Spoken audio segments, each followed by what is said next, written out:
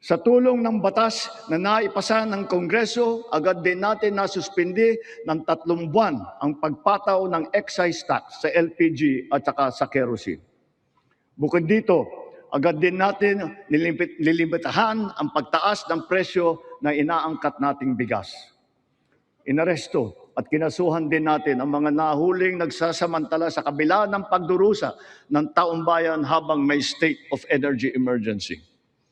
Lahat ng posibleng gawin para mababa ang presyo at mapabagal ang pagtaas nito, ginawa natin.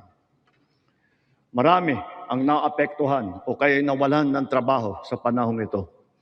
Kaya tuloy-tuloy ang pagsasagawa natin ng mga job fair sa buong bansa. Nitong Mayo 1, araw ng paggawa at kasagsagan ng mataas na presyo ng krudo, nagsagawa tayo ng halos 100 job fair, kung saan halos 300,000 trabaho ay pinagbigay alam natin sa publiko. Sa isang araw ng job fair na ito, lagpas 6,000 Pilipino ang hired on the spot. Dito rin natin ipinamahagi ang mga sweldo para sa mahigit 100,000 benepisyaryo at nagtatrabaho sa ilalim ng dilip at tupad ng DOLE